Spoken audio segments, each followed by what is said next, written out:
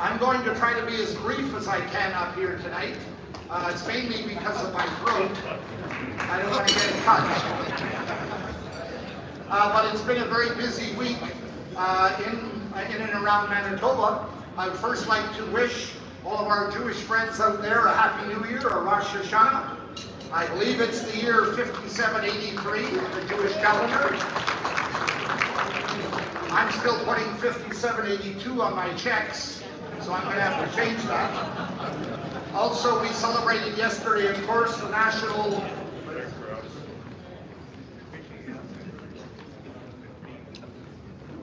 We celebrated yesterday the National Day for Truth and Reconciliation.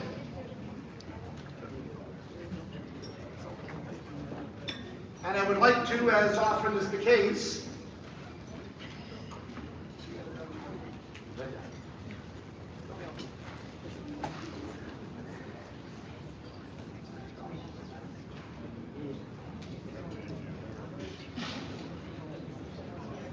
recognize that we acknowledge that we are gathered on ancestral lands, Treaty 1 territory, traditional territory of the Anishinaabe, Cree, Oji-Cree, Dakota, and Dene peoples, and on the national homeland of the Red River Métis.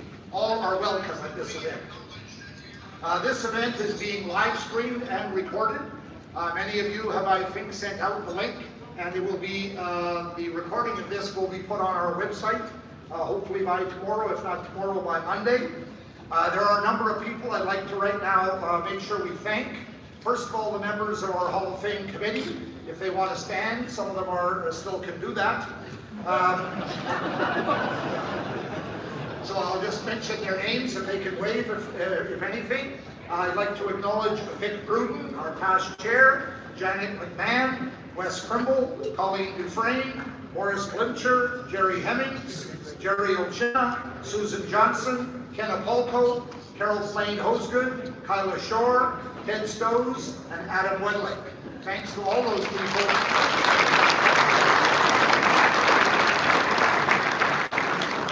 And many of those were selling tickets of various kinds before. If there is any last minute ones, put your hand up and somebody will come and serve you a ticket, and you can hopefully get and win one of the prizes that we've got.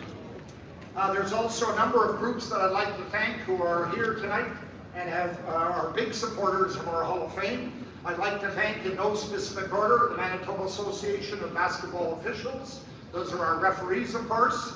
The Winnipeg Minor Basketball Association, the Winnipeg Minor Basketball Association Foundation, the University of Manitoba, Brandon University, Basketball Manitoba. I'd like to specifically thank Canotech Consultants and Mr. Ted Fardo. They will be bringing out a bottle of wine, a bottle of red, and a bottle of white to your table, and that's courtesy of Canotech Consultants, so thanks to Ted.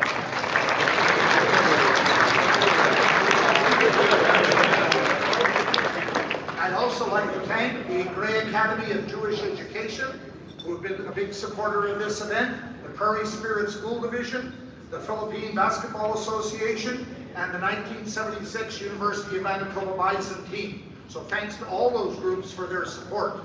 We're very appreciative. I would like to now say a very quick grace, if you would. At this time, we pause quietly for a few moments to reflect and to give thanks. We are thankful for sport, teammates, the spirit of competition, memories, all the good things of life, good food and good drink, and for all those whose efforts have set them before us. Let us be good company to each other. Let us enjoy ourselves, and may our friendships be strengthened. But let us not forget that many are less fortunate. What we desire for ourselves, we wish for all. To this end, may we take our share in the world's work and the world's struggles. Amen. Also, as is our custom, let us remember by name those who have passed away in the 3 years it's been since our last gathering here. Some of these are inducted members of our Hall of Fame, others just are important people in our extended basketball community. We miss all of them. We remember Phil Tynes, Don Iwanchuk, Kate Harvey, Irene Rathwell Frater, Douglas Franklin Hemmings, Trevor Hoyland, Bill Peacock, Phyllis Rumsey, Earl Allen, Bill March, Rod Pepler, Charlie Duffick, Cliff Arnott, Jack Law, Barry Green, Christine Penner, Roy Williams, Denise Berger, George Berger, Mike Spork, Lou Taylor, Don Layton, Zoe Robinson Albee, Marie Galachuk, George Fontaine Jr., Jack Frater, Matt Johnson, Ross Zilke, Bob Neville, John Antoniuk, Marv Pearl, Gary Grubert, Philip Labongo, Wally Holoka, Warren Ponzak, Ken Johannesson, Trevor Harder, Norman Kornberger, Mark Ham, Bob Magel, Emma Arnott, Kay Cassano, Dennis Pelisic, Kathleen Kelly, Jacob Hall, Marielle Sinclair, Darwin Samodiak, Elizabeth Gaiman, Bob Hogue, Mark Crandall, Pat Alvestead, Dave Booth, Dr. David Barber, Bob LaRose, Meyer Ripp, David Reimer,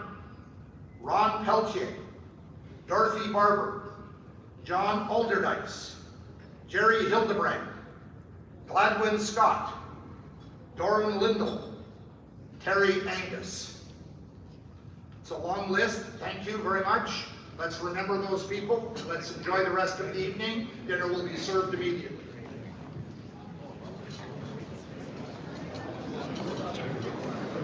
Let's stop record. Stop record.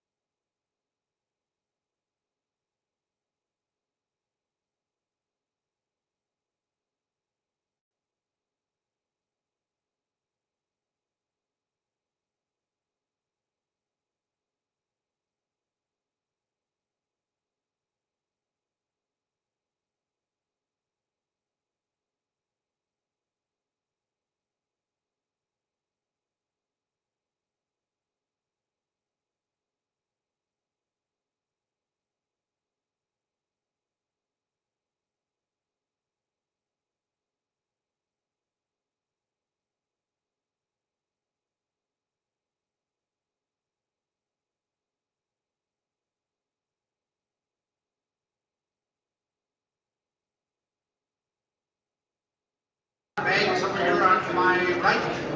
And the prize draws will be made, and the numbers will be posted on the screens at the end of the evening. Same for the 50-50 and anything else. I'd like to just acknowledge our inducted members that are here with us tonight. These are people who have been inducted as individuals or on teams in the past. In no specific order, Dan Becker, you can wave, where are you? There you are, wave Dan, so people see you, there you go.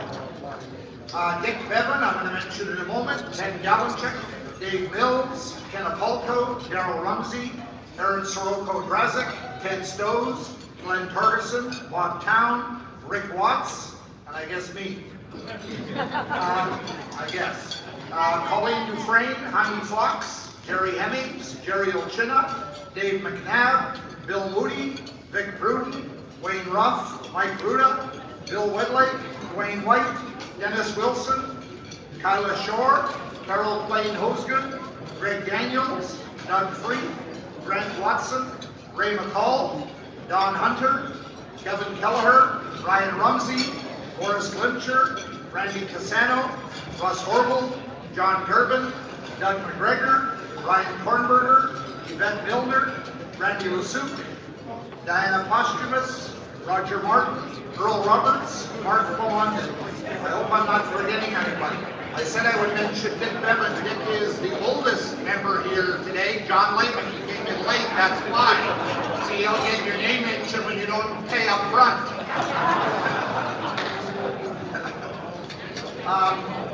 Getting back to Dick Bevan, Dick is the oldest member here tonight. Dick is into his 90s. Dick played on those great Winnipeg Stellars teams of the early 1950s that won national junior championships. If you haven't read the story of the Stellars, it's worth reading. It's been recorded in a number of books.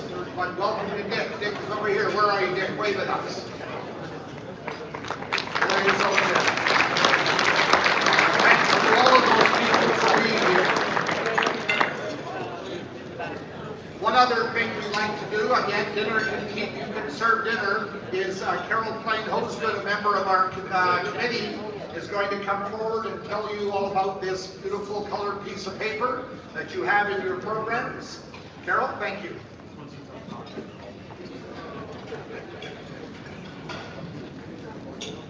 Thank you, Ross, and congratulations to all of the inductees tonight. Very exciting evening. It was so fun to look around the room and see your idols that you played with on provincial teams. Karen Red, that's you.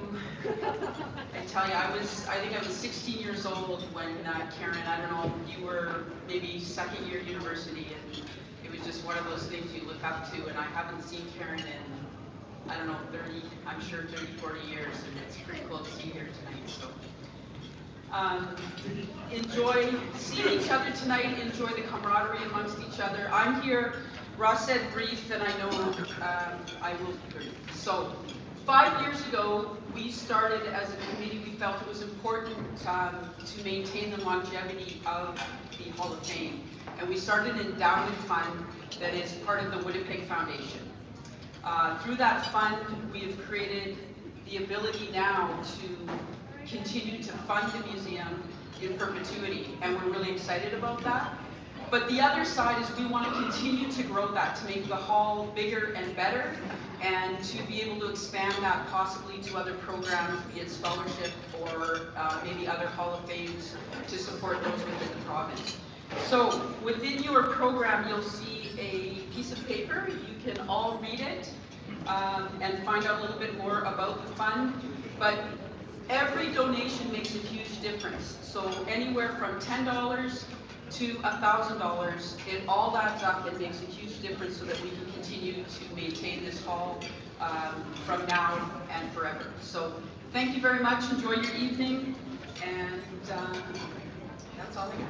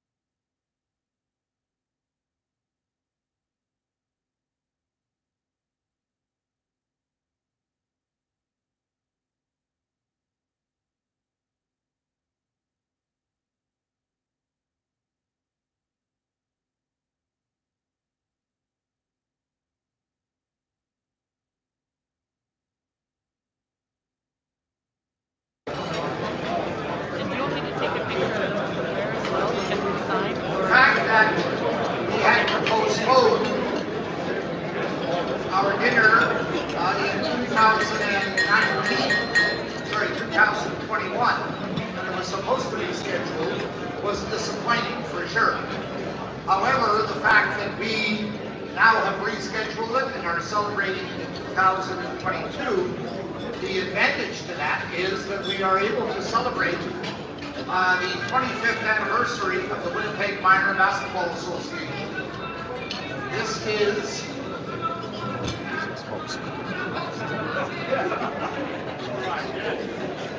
This is a special event, and we're happy to be able to take a few moments out of our evening to recognize and celebrate the fact that an idea percolated in 1997 has grown into something from about, it started with about 40 teams and now has over 200. The Winnipeg Minor Basketball Association is very, very special to us in Basketball Manitoba, one of our most important members. So ladies and gentlemen, this is the Winnipeg Minor Basketball Association.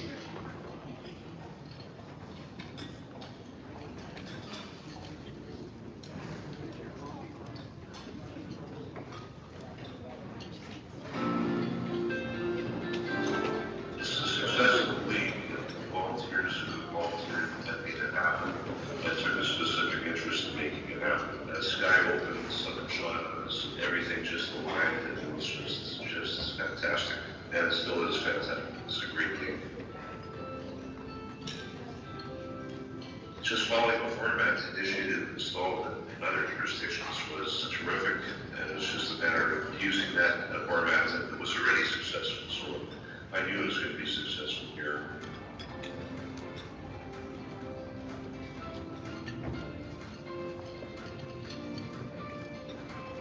People have stopped me over the years. I've always kept all my WNBA shirts and things like that. I'm probably wearing them forever.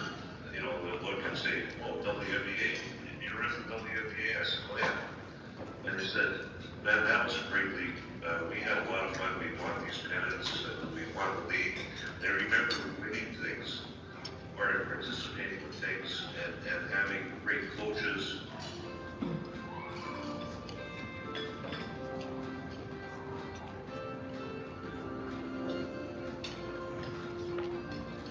We set up our basketball courts that way, so that 50 years from now, we wanted those courts to look as pristine as they look today, and that there be a remembrance of the WNBA was we started with great things in basketball here, and I think this really created a huge amount of energy from within our Winnipeg community to have kids participate in basketball.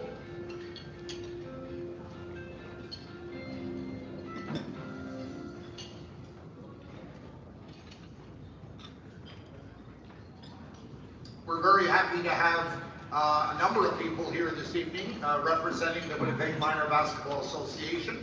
I'm going to ask the gentleman that you saw in the video, Mike Ruda, to come forward. He'll say a few words. Mike is an honored member of our Basketball Hall of Fame, based on, of course, the fact that he was, in many cases, the founding member of the WNBA, although I know he will deflect a lot of the credit. We also have Ted Fardo, who I believe was the first president of the Winnipeg Minor Basketball Association, and many others who were original. So I'll turn it over to Mike for a minute. Here you come, Mike. It's all yours.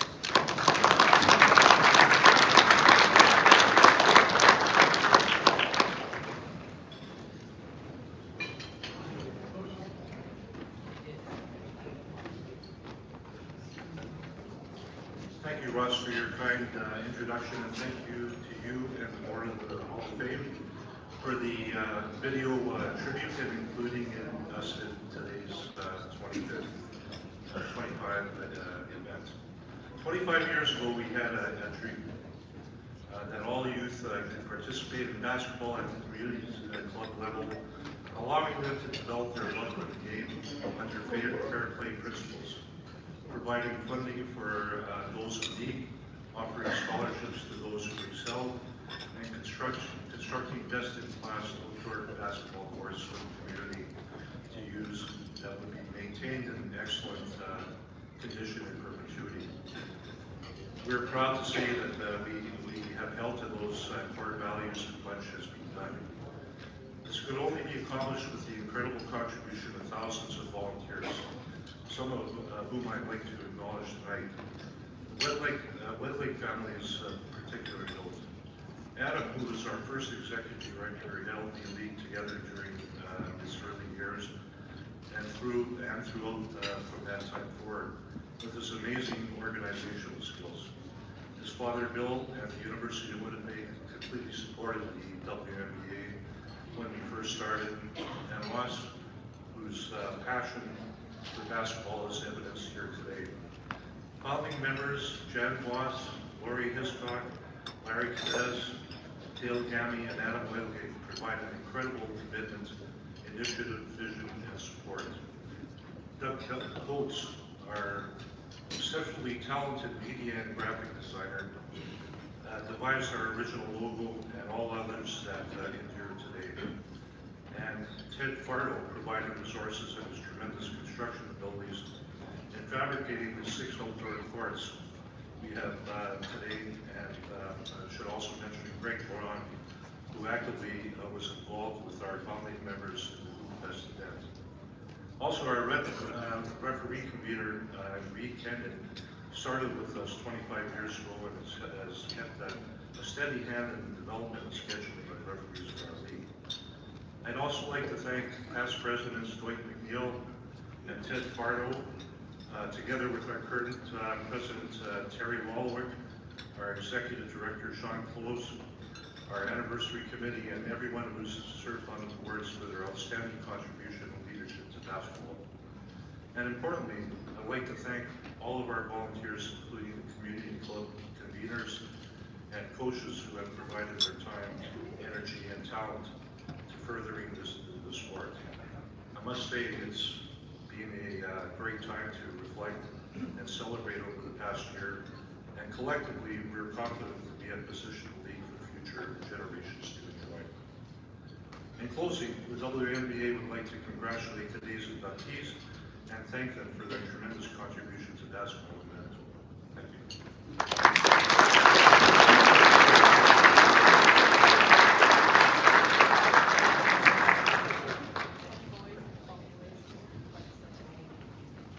It's amazing to think that it's been 25 years, and when you look at the page in the program that lists the major events in the WNBA history, you can see the great effect it's had on the game of basketball in the province of Manitoba.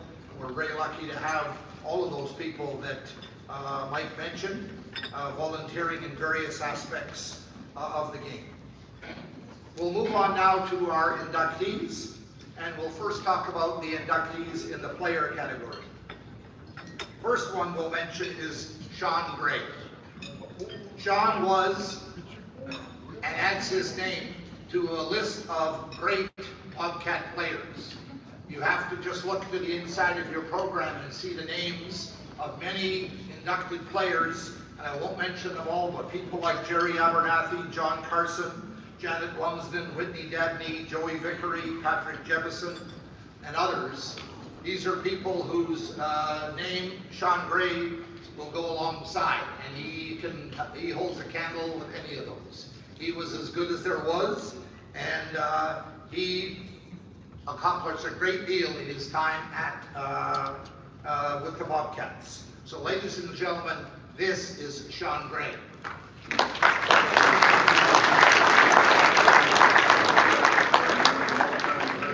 Player, Bobcat, and Blue Bowl. He played 5 years at Brandon University from 1993 to 1998 and never took his foot off the pedal. He gave on a level that was beyond that, just on that other side of lunch, because he was all heart. And it challenged me because I always felt, wow, okay, I can get more. I can do more. This guy is just going to go like bonkers like that. I have to have something pretty good.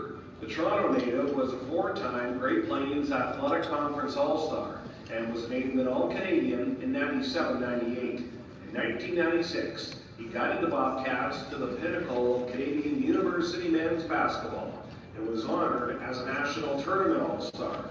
Gray came through with a game-changing play in the championship final, which came as no surprise to those who know him best.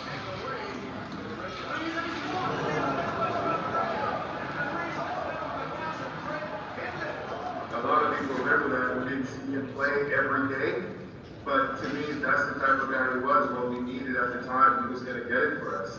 If we needed a big rebound, he was there. His arms were so long, and he and I were down there. He got me with a few elbows a few times, but I love the dude when I played with him. He was awesome. After his time with the Bobcats, Gray played professionally overseas in the Netherlands and Belgium, winning 2 championships. He then returned to his basketball roots and became head coach at his alma mater, Martin Grove Collegiate. Under his guidance, his boys basketball team won a provincial title in 2010. In 2016, he was enshrined into the Brandon University Sports Wall of Fame. You have to kind of just walk the walk and live the life and go as high and as far as you can until someone says stop. Guess what you did? Then you have a moment to sit back and reflect like, yeah, okay, I did it. We are proud to induct Sean Gray as a member of the class of 2021 into the Manitoba Basketball Hall of Fame.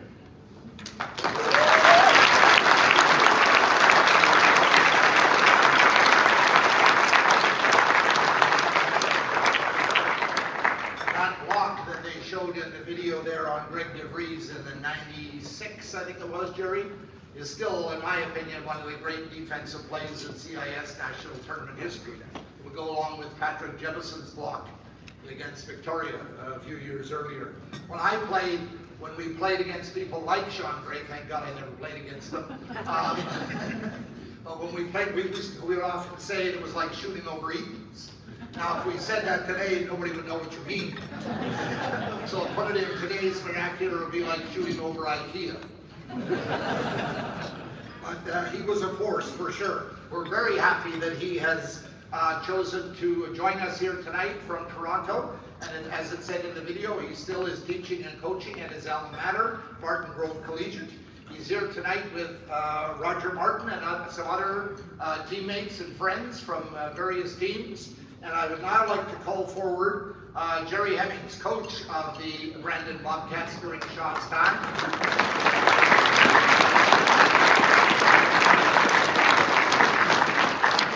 Jerry will make the official presentation of the award to the newest member of our Manitoba Basketball Hall of Fame, Sean Gray.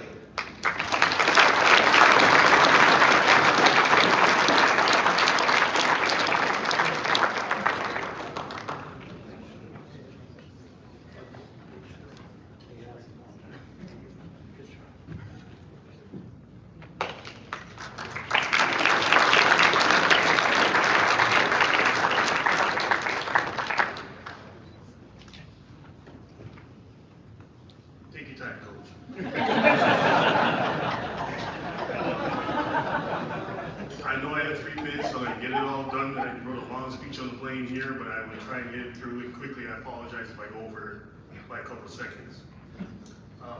It's a pleasure to be back in Manitoba after mosquito season and before the frigid weather. I am happy being here. This is tremendous being inducted into Hall of Fame, Basketball Hall of Fame. It's a great honor I'm going through, and I'm loving every moment of it.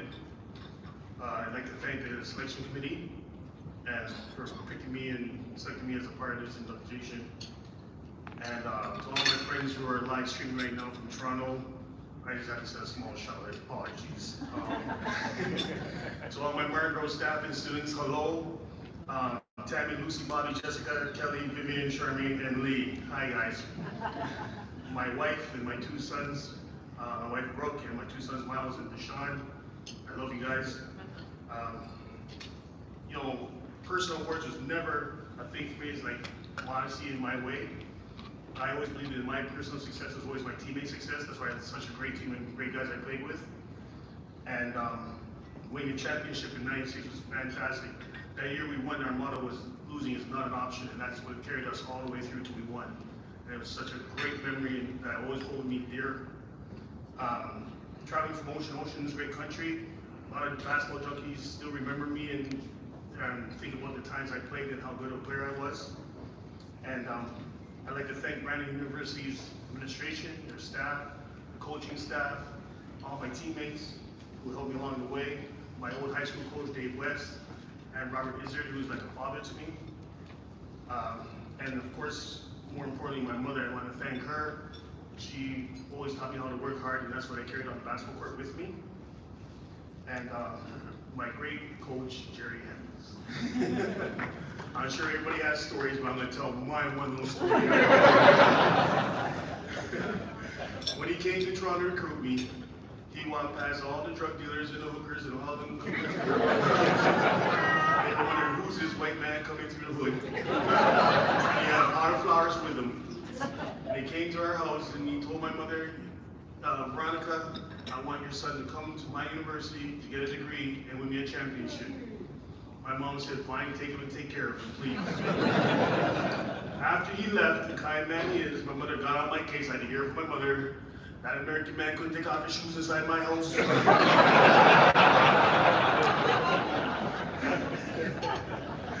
But, you know, Coach, I thank you for all the years, and here we are as a Hall of Famer. I really appreciate this, guys, and really kudos to Manitoba Hall of Fame, Basketball Hall of Fame.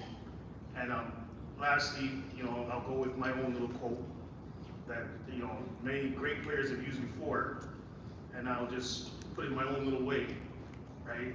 And it goes like this. You're not remembered for personal accolades, but you're always remembered for championships. But in my case, I'm a Hall of Famer, damn it.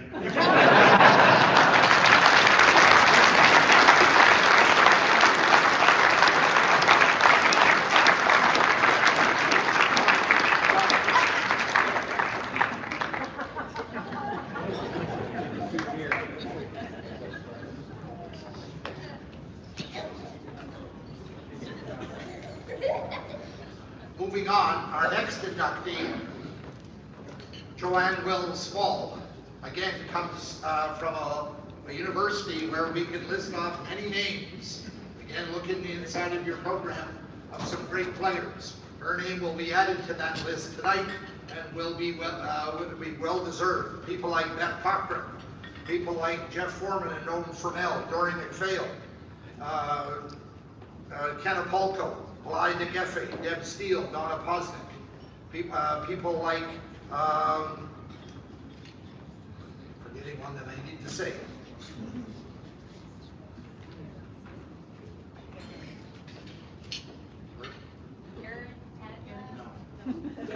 I'll get to it, I forget now. I thought I had it written down, but I don't. Anyways, her name will be added to this list, and it's well deserved. Ladies and gentlemen, this is Joanne Wells Small.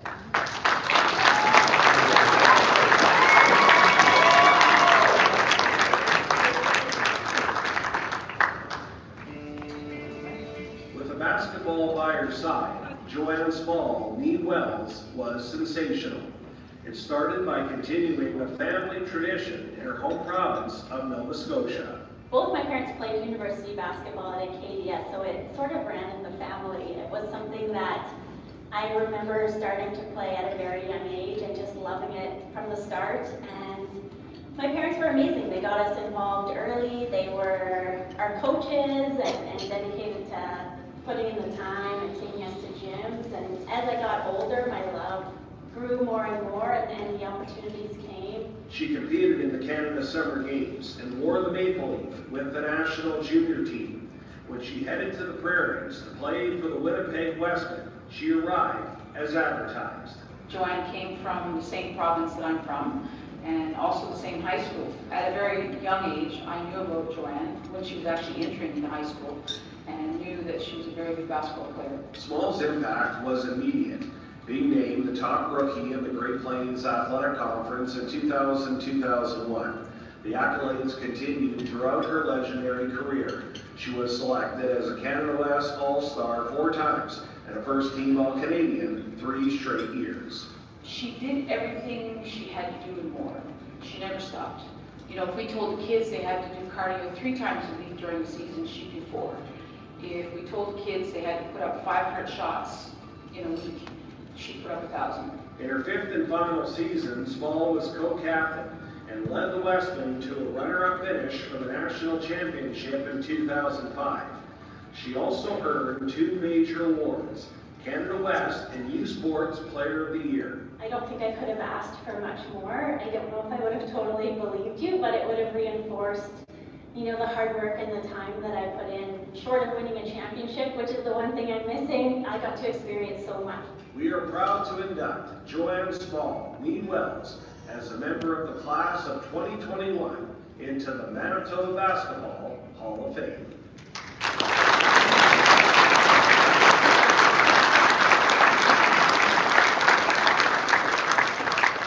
In addition to being a great player, Joanne is a very, very nice person. She works at the University of Winnipeg Collegiate. I get to see her there sometimes, and I see her at various soccer games and that with her kids.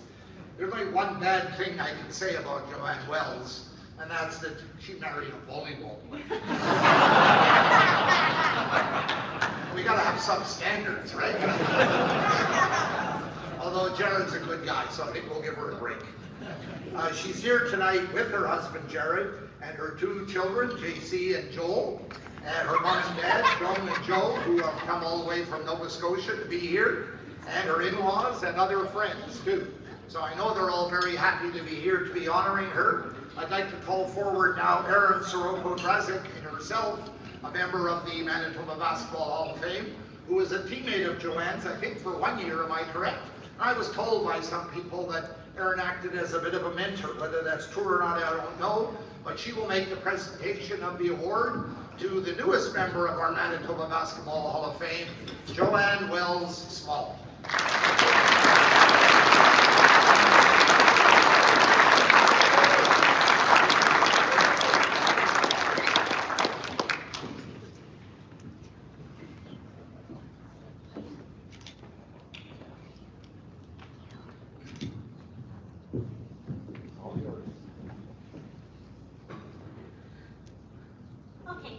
First of all, I just wanted to say thank you so much to the Basketball Manitoba Hall of Fame Committee. This is a huge honor to be up here tonight. And congratulations as well to all the fellow inductees. There's two really special people here tonight that I know were highlighted in the video, but I couldn't miss a chance to recognize them publicly. My mom and dad are simply amazing. As I said before, they provided me every opportunity, took me to gyms, gave up countless hours, and they really are the reason I am here tonight. They started me off loving basketball and just were there every step of the way. So to Mom and Dad, I'm so happy that you're here tonight. I love you so much, and this is just so special that you're here with me.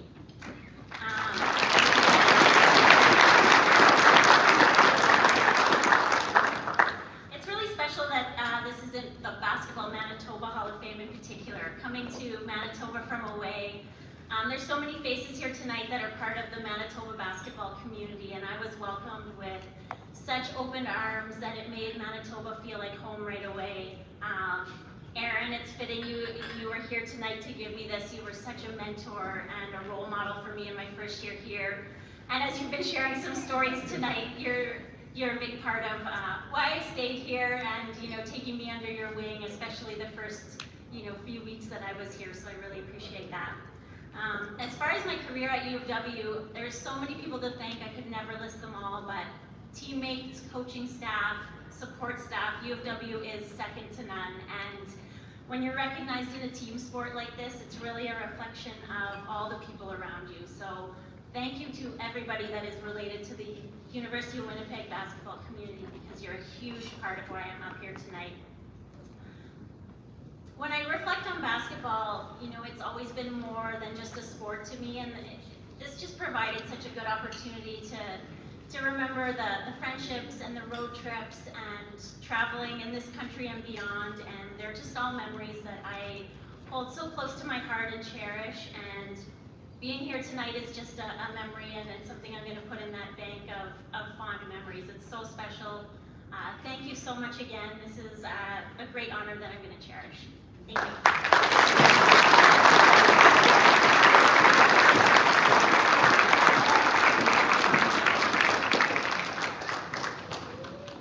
Thank you, Joanne.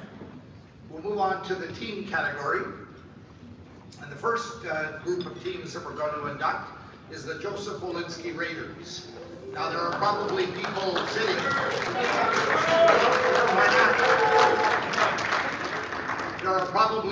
sitting here who maybe haven't heard of Joseph Wolinski Collegiate. Mainly because it kind of exists, but not as it used to. Joseph Wolinski, I believe, started in 1957 as a very small school on Matheson Avenue in the north end of Winnipeg. And it was there, I believe, till about 97, and then it became kind of part of the Grey Academy of Jewish Education, which is on Doncaster. But for those years, the Joseph Wolinski boys sure set themselves apart. I remember when I was a kid, I was kind of into trains a lot, and a book that I remember very young was, of course, we've all read The Little Engine That Could. I think this is a pretty good analogy here, because this is a little engine that could.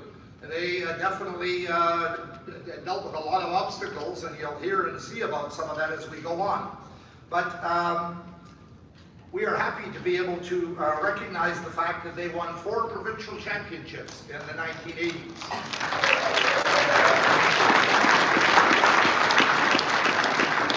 Ladies and gentlemen, this is the Joseph Wolinski Raiders. Wolinski brings the ball up and fires. Not too long ago, as to review the videotape of the game. In my mind, I think I played a lot better than I actually did. I could see some of those rebounds that I missed that I should have been getting. The Joseph Wolinski Raiders are rewinding the clock and reminiscing on building a high school basketball dynasty in the 1980s. There's just sort of those pivotal moments in your life that you sort of think make you, and that's one of them. The Raiders captured their first ever 1A varsity boys provincial title in 1983, defeating Steinbach in the final 58-49. The following year, against the familiar opponent, Joseph Wolinski won back-to-back championships. It really was, I guess, a commitment to, the intensity of it all. We really wanted to win, I'll be honest.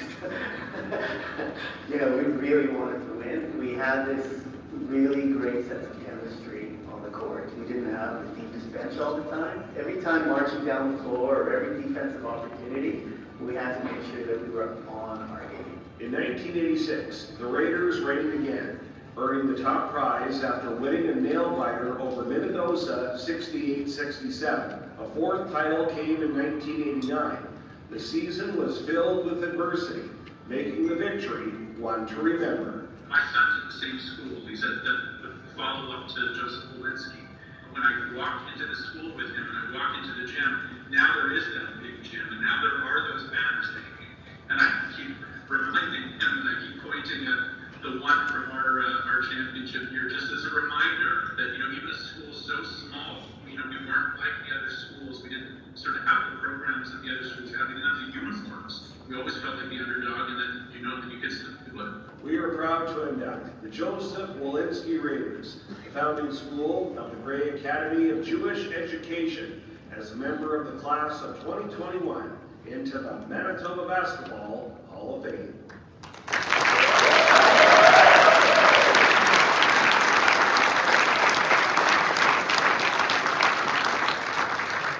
I'd like to call Ted Stowe, a member of our organizing committee and also an inducted member himself, to come forward and help me present the awards. I will now ask the members that are in attendance here to come forward, please, in no specific order. Adam Bronstone, Ari Cohen, Dave Lance, Evan Reutenberg, Grant Reimer. Grant Reimer was the coach of one of those teams, I remember.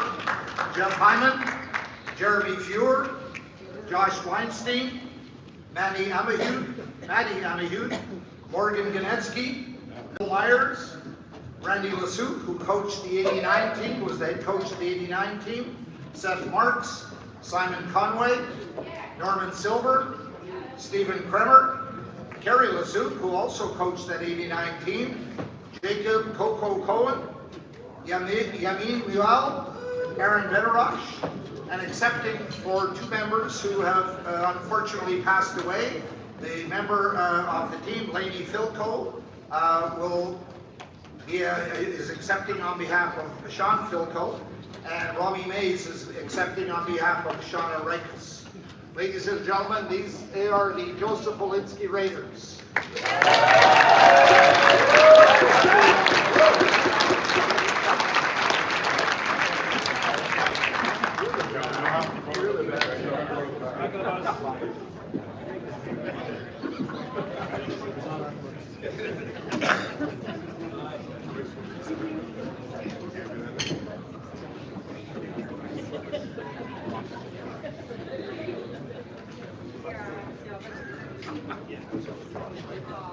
Where's the Cobras? You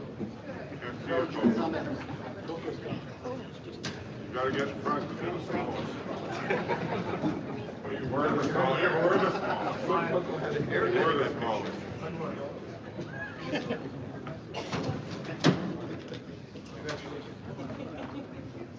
My guy, you're fine.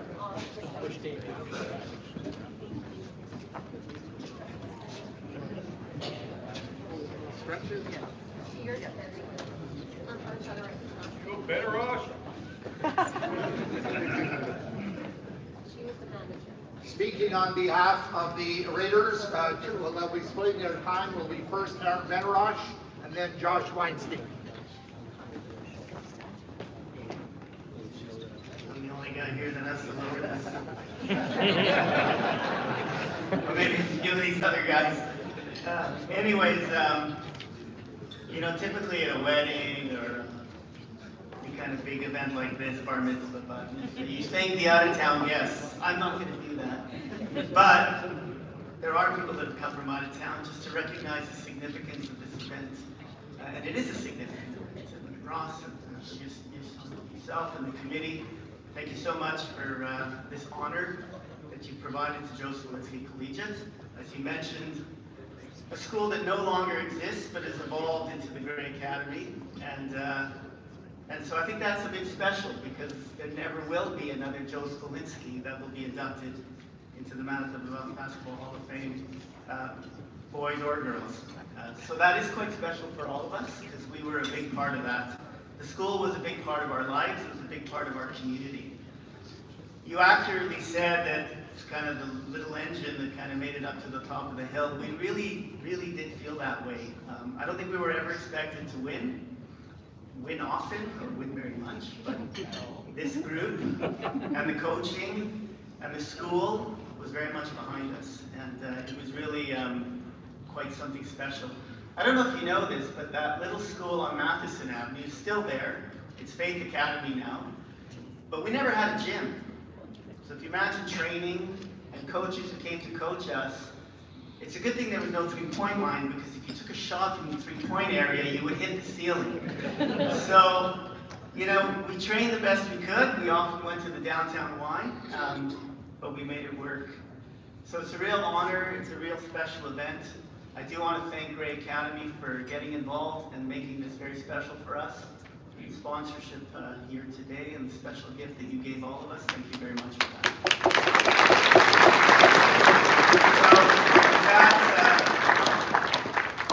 Thank you. I was going to say you would think that they would have taller mic stands here. On behalf of the 1989 team, I want to first thank the Manitoba Basketball Hall of Fame for this wonderful acknowledgement. We also congratulate all fellow inductees, including our fellow alumni from Joseph Wolinski Collegiate. While we acknowledge everyone who helped coach and guide us, we must recognize our coach Randy Lesook for what is now his 6th team to be inducted. Congratulations, Coach. Our team has fond memories of our time at Joseph Wolinski, which includes changing buildings after the winter break due to a fire at our school. We then relocated to Bedson Elementary School. It was our new home with a real gym, real change rooms, a bigger gym, more man makers. And I could go ad infinitum about our time there. But I do want to, in this brief moment, share this prestigious honor with 3 people who are no longer with us. And I'm sorry for this being a bit bittersweet. In 1989, Coach Randy Lesook was engaged to RCMP Constable Della Bayak. And unfortunately, she was tragically killed in a motor vehicle collision while on duty, and it was the Wednesday before our provincial championship weekend. To honor her memory during provincials, we wore black on our jerseys, and her love and kindness towards us as a team and Coach Lesook greatly inspired our team's path to victory that weekend, and she is remembered today. On July 6, 1989, we suffered another tragic loss. My classmate and our team manager, Shauna Reikas. She was not only our manager, but was our friend and devoted cheerleader, and was an integral part of our team and its success. I want to acknowledge the presence of her sister, Ronnie Mays, who is here with us today to honor her memory. And in 1993, our teammate and friend, Philco, passed away. He was an intense and fierce player, yet served as our comic relief when we were down or struggled as a team. He is greatly missed. And today, I can also, tonight at this wonderful event, want to acknowledge the presence of his sister, Lainey Philco, who's joined us to celebrate her brother's anniversary. So tonight, I don't want it to be a night of mourning, it's a day to celebrate. And we celebrate Della, Sean, the rest of our team, and all we accomplished together as the 1989 provincial champs. Thank you again for this honor, and go Raiders, go! And we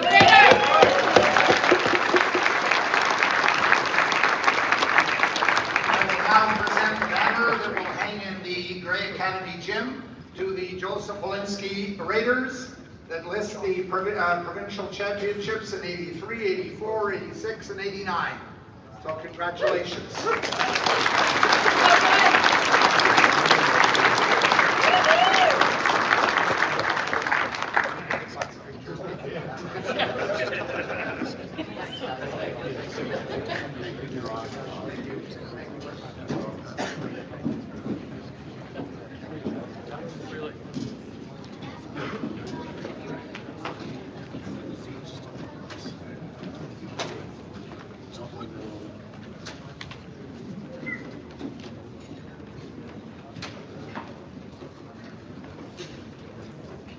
Our next group of inductees are from the Treehorn Collegiate Tigers, varsity girls. Treehorn is a smaller, primarily farming community in southern Manitoba with a population of about, I think it's about 650 people. It's known for its aquatic center, the Glass Bottle House, the Run for the Hills Marathon, and especially L&J's Drive-In. My grandson says they have the best French fries in the world there. I'm not sure if that's true, but that's what he believes.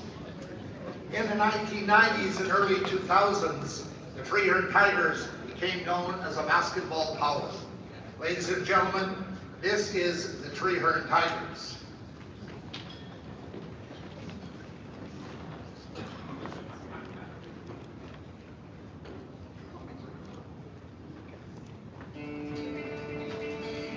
The Treehorn Tigers had reason to celebrate throughout the 1990s and early 2000s. The impact of building a basketball dynasty is everlasting. It doesn't matter what route all of us went. I can guarantee we all have learned a lot from playing basketball, from our coaches and from our teammates, and so it's great to have them recognized. It's great to have our school recognized. The Tigers captured their first ever 1A varsity girls provincial championship in 1995, edging the Hamiota Huskies 57-53. It's just a very special time, and I don't know if high school students know it when they're in it. I'd like to think we did, because there was something special about being on that basketball team. There was something, everybody knew it was significant. Treehorn regained the title in 1997, and the high school's historic run kicked into high gear, winning 4 consecutive championships. We used to have a coding phrase. It was run, baby, run. We really were on tempo. Like, we were consistently scoring in the 70 points every game. The Tigers again got to the top in 2003 for their 6th title in 9 years. You know, we had 2 coaches that coached together for over 27 years in a row. So the commitment from the players was an important factor because everybody was on the same page. They attended practice when we had practice, they attended games.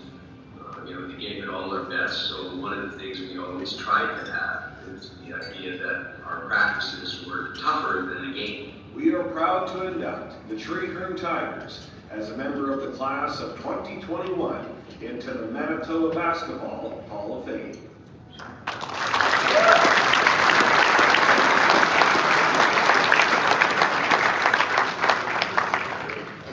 Pretty impressive, to say the least.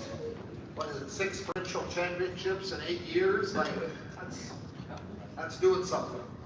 Anyways, I'd like to call coaches Jim Hoger and John Tate forward, and they will assist me in presenting the awards to the Treeherne Tigers varsity girls. These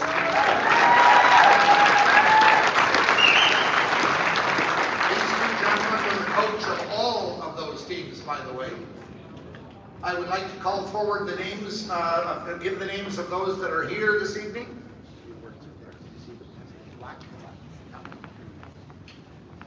Allison Penner Aitken, Amber Jeffrey Sawchuk, Amy Miller McLaren, Angela Lovey Berard, Carolyn Hoger Petnode, Carrie Kennedy Turner, Karina Perkis Grenier, Courtney Despagliere Burns, Crystal DePaul Gavignon, Jamie Darling, Kate Millard Pasquier, Kelly Ennis Summerfeld, Kimberly Green, Kristen Turner Jonk, Lindsay Drummond Hainsworth, Lindsay Irwin Miro, Michelle Lee, Michelle Perkis, Monica Sundell Giernert, Sarah Tate, Tammy Mahone, Tammy Sundell Vigier, and Tara Jeffrey Conrad.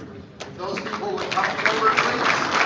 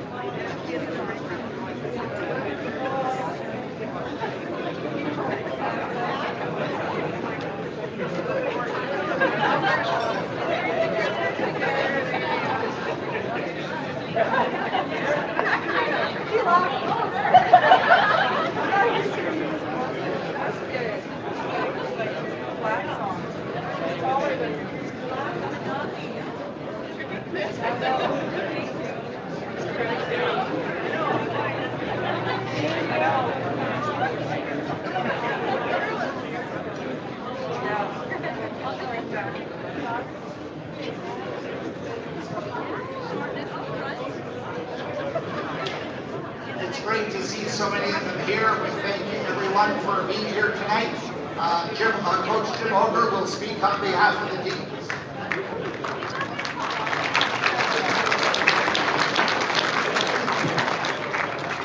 much, Ross.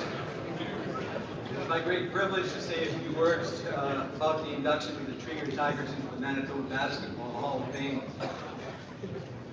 I would like to begin by thanking the nominating committee, the individuals who decided to nominate our team for this honor. It is truly appreciated. The memories are so many, it would take days to tell all the stories, and Ross has got us all in the time limit, so we have to be careful. But what a great ride we had over the years. In 1980, I was asked to coach the girls' basketball team by Principal Doug Metcalf. I've been coaching hockey for over 12 years at that time, and to say I was a rookie basketball coach would be a slight understatement. The basketball program at the time was not very active. The school would play maybe 5 or 6 games in a year.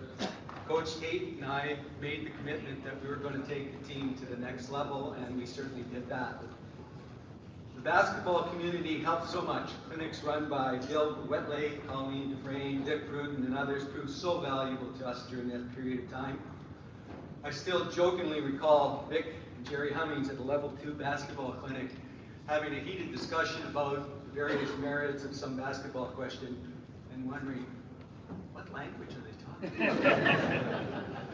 As a former hockey coach in Winnipeg, where a trip from St. Boniface to St. James was considered a long road trip, I had no clue what rural basketball coaching was all about. The travel in the basketball season can be very interesting, to say the least. We've been storm-stayed, we've been driving through the snow, you couldn't see. So it takes a lot of commitment to be in the basketball program in the wintertime, and the ladies, you certainly learn that. Road trips to places such as Winnipeg, Osis, Hamiota, Boys Bay, St. Laurent, and Saskatchewan were perfect for team building. At the time, we were trying to build a program, and it was hard to get into tournaments. Sometimes we stayed in hotels, but we often brought air mattresses and sleeping bags and slept on the classroom floors. What a great time we had, shooting baskets at 11 o'clock at night and so on. Coach Tate and I have to thank our wives, Shirley and Michelle, for the amount of time that we were away for all these tournaments. In rural basketball, we would often leave early Friday afternoon to get out of class, I know. We had very generous principals. And many times we would not get home until late, very late Saturday night. I mean, the worst one, I think, was Hamiota, and I think we got home around 2 a.m. So that was the sort of thing like that if we made the finals. Michelle and Shirley, you both knew how much we loved doing this, and your support was truly appreciated, so thank you very much, ladies.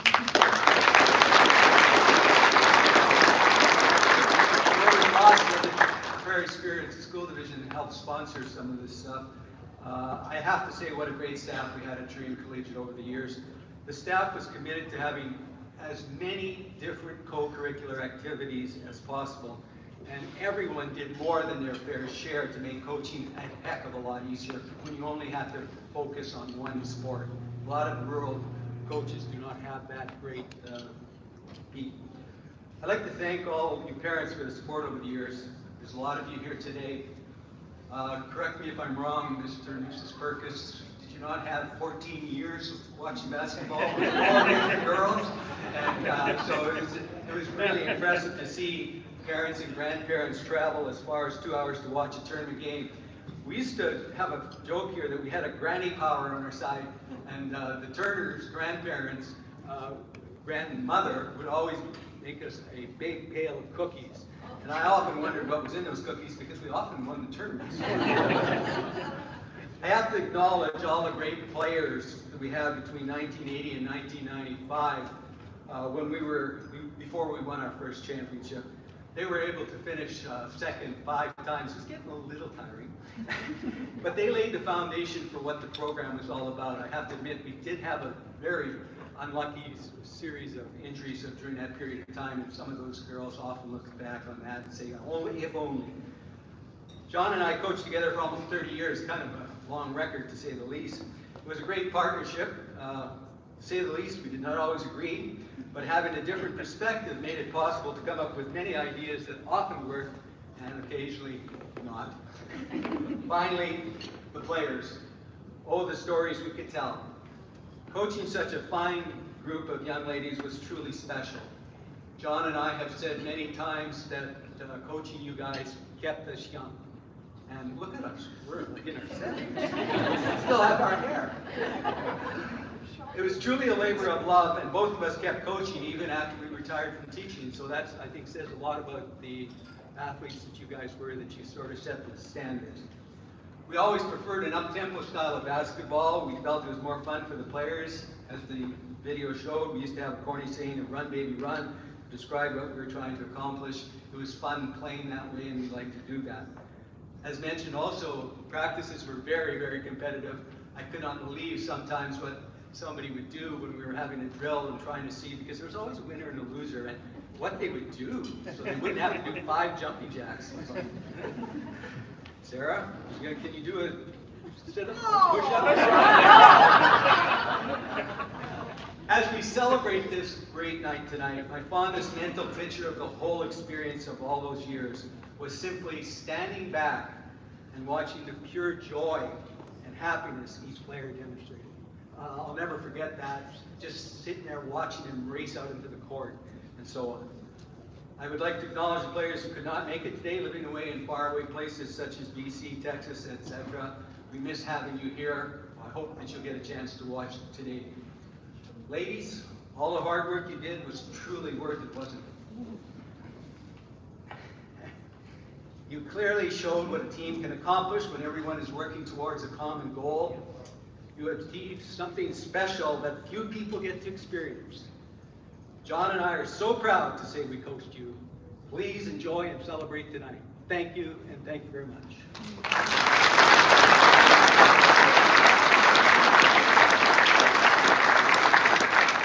Thanks, Coach. I'd like to now present the banner that will hang in Freehold Collegiate, listing the provincial championship teams on it. It will be yours to take home and get into the Tiger Gym.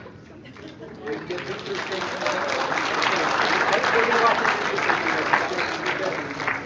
Thank you. Crying. Carolyn, you're not. This is my favorite. Yeah, exactly. Get in here, Moody. Okay, we'll get our pictures later. Thank you very much. Thanks, ladies.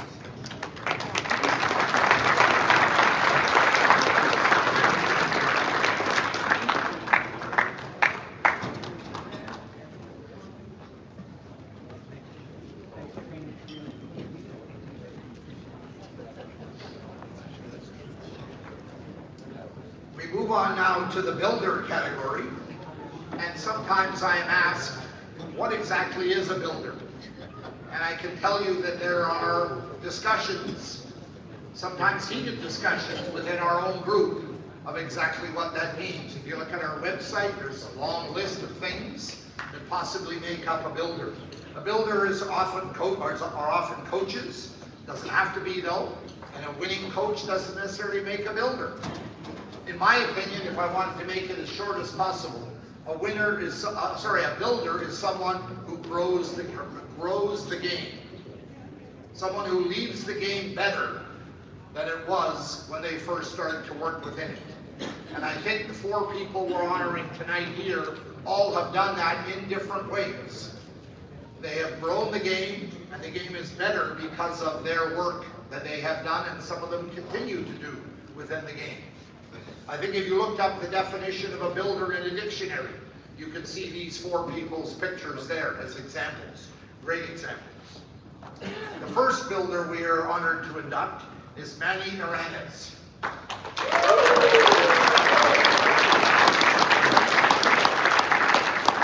In my lifetime, Manitoba's demographics have changed drastically. We have now, I believe, over 80,000 Filipinos living within Manitoba. They have brought many things, great things to our culture and our communities. Great foods, Jollibee, Seafood City. One thing they brought, and they play a major role in our healthcare system. Let's not underestimate that either. One thing they brought with them and continue to exhibit is a love and a passion for the game of basketball. And our first inductee, Manny Arandas, took his own passion for basketball and created opportunities for many others. Ladies and gentlemen, this is Manny Uranus.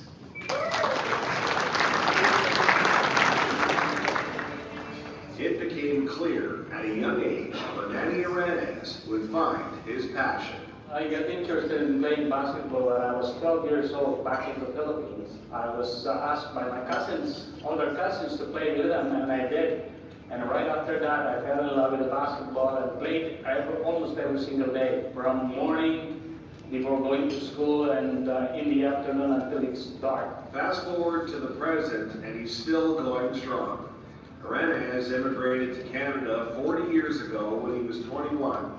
In Winnipeg's Filipino community, he began as a youth coordinator before founding the Philippine Basketball Association in 2001. It started with just 7 teams and now features more than 90 teams with 14 divisions. He's a respected man with a big heart and also a lovable man, and his wife can attest on that. Also, his leadership is excellent, and as a followers, you're not going to have good followers if you don't have a good leader. Players from the circuit also head to New York for the Filipino Basketball Association North American Tournament. Just seeing all these young talents that we have in the Filipino community compete on another level is just amazing. Arandas was elected as the commissioner of the Filipino Basketball Association of North America in 2015. He's been dubbed the patriarch of Filipino basketball, but he humbly disagrees. No, not at all. Not at all. The reason why I'm here right now is because of my committees, my volunteers. They are the ones that put me here. The support, the trust, and confidence they've given me is outpouring. It's very tremendous. We are proud to induct Manny Arandas as a member of the class of 2021 into the Manitoba Basketball Hall of Fame.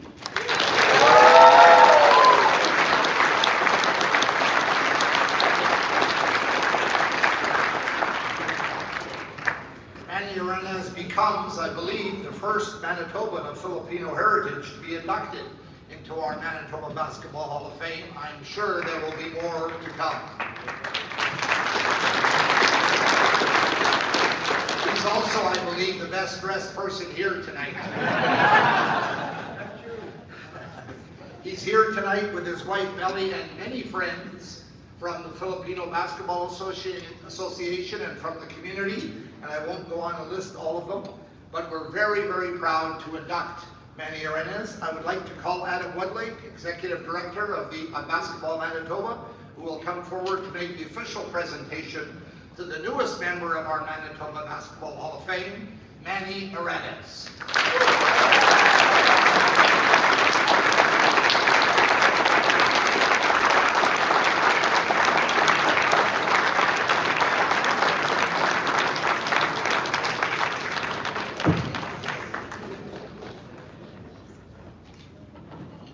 Is there a smaller microphone?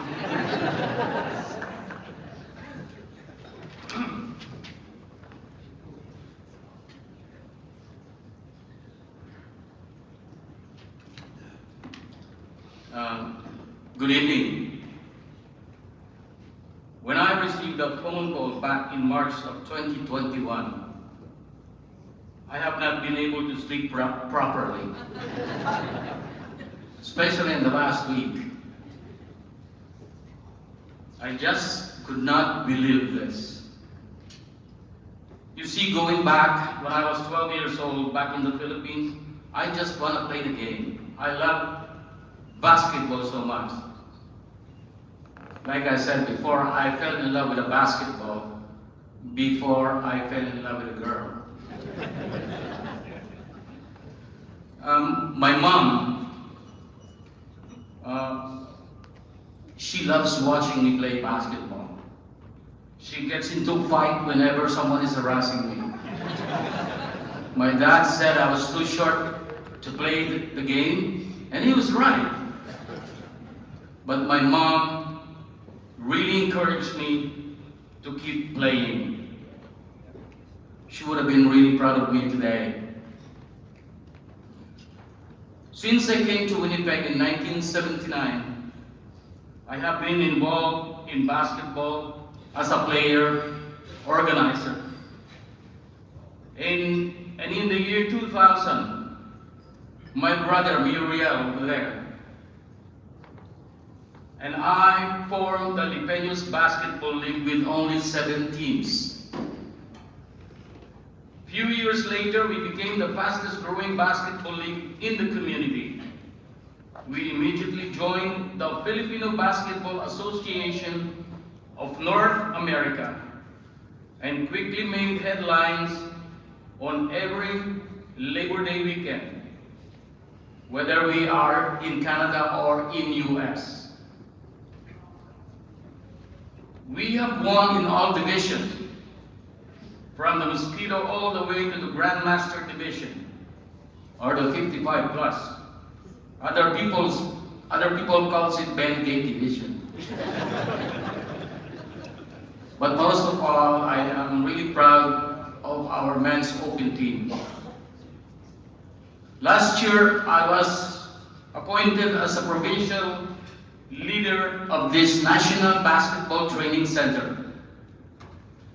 This league is designed to give all high school players with Filipino heritage a chance to be discovered and recruited in colleges or universities in the Philippines. This is the same league where Jalen Green had attended a couple of times. I immediately built a team with the leadership of Jomar Guaring, my man Lenin Bangron, he's over there, and David Sagan. 9 months of hard work paid off. No one expect us to win, but we won against powerful and bigger Vancouver and Toronto. And because of that, our 18 new boys will be representing Winnipeg, Manitoba, Canada to the Global Games in the Philippines in April 2023.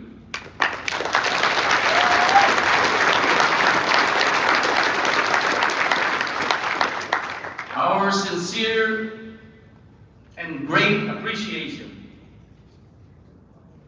Thank you, guys. Thank you, Basketball Manitoba, for trusting and allowing our kids to continue developing their skills by participating in the provincials, nationals, and now some of them are playing in some colleges or universities in Canada and US. Thank you, Basketball Manitoba, for trusting our capable and dedicated coaches. And I do hope that more coaches will develop in your program. I also want to thank the Basketball Manitoba Hall of Fame directors for recognizing our contributions in the community. I also want to thank the people that supported me ever since, Mr. Larry Vicar over there, Mr. Derek Dabi over there, and all those 3 tables, and all the coaches that represented Winnipeg in the Filipino basketball tournament in North America. I want to thank you all. I also want to thank all the parents that trusted their kids to our program. And lastly, I am so honored and humbled, and I share this honor with my people over there that continue to support me 110%. The Philippine Basketball Association will not be here if it wasn't to all of you who dedicate your time volunteering for the Winnipeg community. Our children and grandchildren are not able to make it here today, but they were here last year. And they are watching live right now from Calgary. Again, Basketball Manitoba, thank you, thank you, thank you, thank you.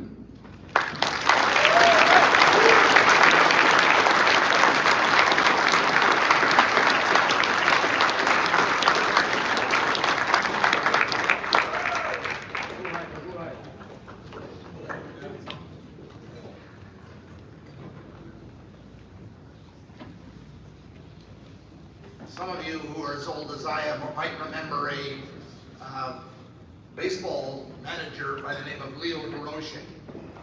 Leo had many quotes, but one of the quotes Leo supposedly said many a time was, "Nice guys finish last." Well, Ray Hurd definitely disproves that statement. You can't beat a nicer guy than Ray Hurd. Some do what they do with a lot of hoopla. Some do it quietly with a little fanfare. That describes Ray Hurd. He's contributed a great deal to basketball in the Western region, and did it all quietly, except the odd time when he got mad at the referees. Ladies and gentlemen, this is Ray Hurd.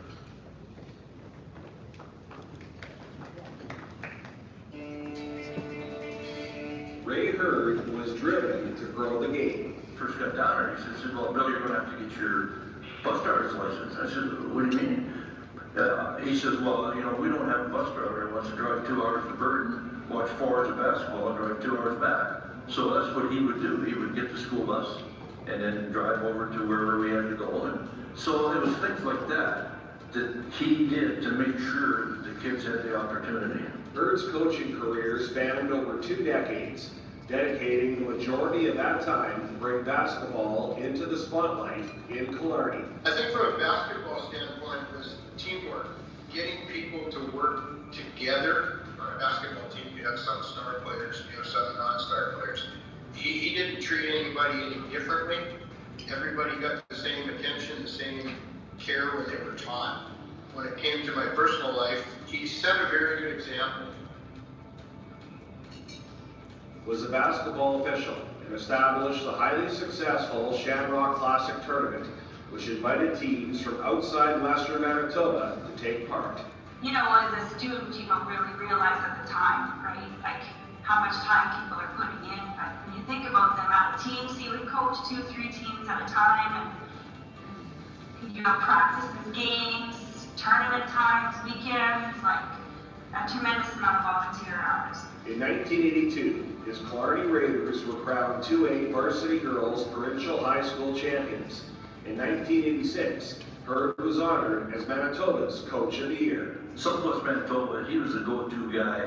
He just went after it and got kids so much involved that it was a tremendous growth of basketball in Southwest Manitoba. And he was the main guy responsible. We are proud to induct Ray Hurd as a member of the class of 2021 into the Manitoba Basketball Hall of Fame.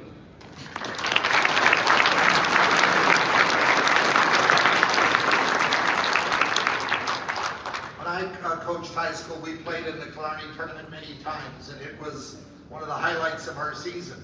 I still think I'm undefeated in the old gym. Ray is here tonight with his wife Peggy, daughter Carmen, and many other friends. I'd like to call forward Bill Moody, who is a longtime friend and colleague and also an honored member of our Hall of Fame, to make the official presentation to the newest member of our Manitoba Basketball Hall of Fame, Ray Hurd.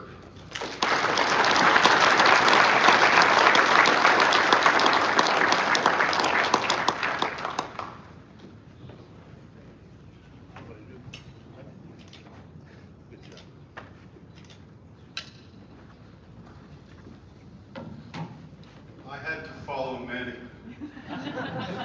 I've got my Chris Farley sports coat on. I can't get my button closed. I hope I can. I'm a little off right now, so just give me a minute to get it selected. I had a very good friend just a short while ago, Don Taylor, many of you know him. He offered to come to the induction tonight and play his bagpipes. and piped me up to the stage here before the speech. And then when the speech was over, to pipe me back down to the table. I told him I don't think that's a good idea, John.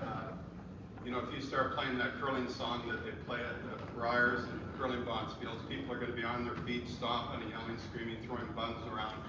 So I would cut into that 3 minutes that I'm going to take the speech tonight. So he agreed, and we just left it at that.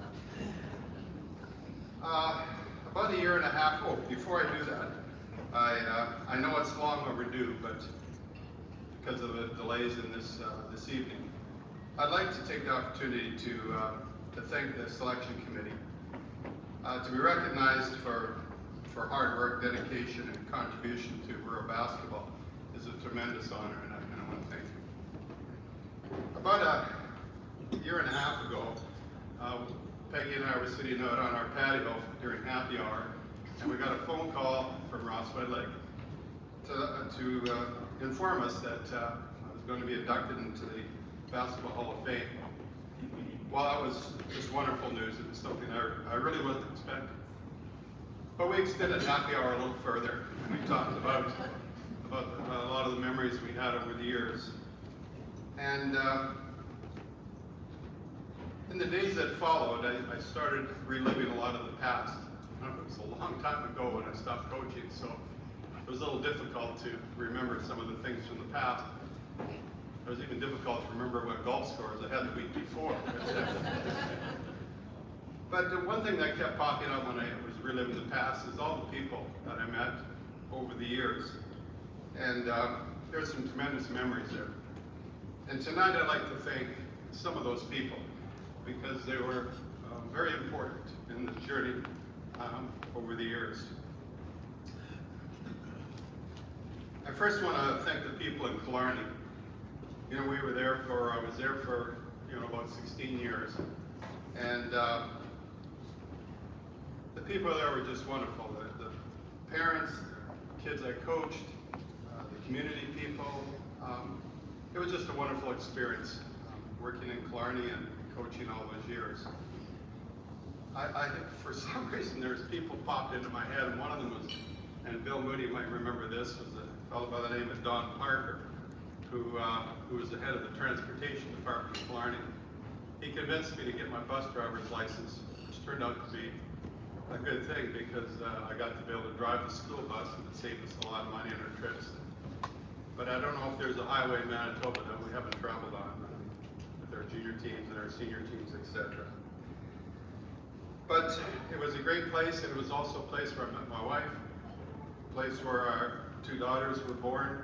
So we all have a lot of nice memories there. So I'd like to thank all the people in Killarney for the wonderful time we had there. Another person I'd like to thank is Jerry Hennings. Not just because of the tremendous basketball that we saw at Brand University. I mean, it was just great on a Friday, Saturday night to head to the BU gym and watch those games and watch the best team in Canada play basketball. But Jerry spent a lot of time going out into the rural areas, taking his teams on for clinics, taking his teams for inter-squad games. He was genuinely interested in what was going on in rural Manitoba. I really appreciated too, Jerry, when I got home from a tournament on the weekend and he'd phone 11 o'clock at night, just wondering how things went. And when we got off the phone at 12 o'clock, I realized that Jerry really does care. Another person I would like to thank is Dwayne White, who's here tonight, came all the way from Swan River.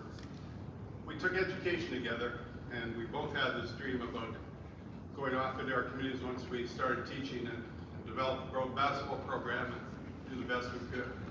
And over the years, sitting at the opposite end of canoes and fishing along the Pine River and the Duck Mountains, we talked basketball, we pushed each other and tried to come up with different ways of improving our team, improving our tournaments.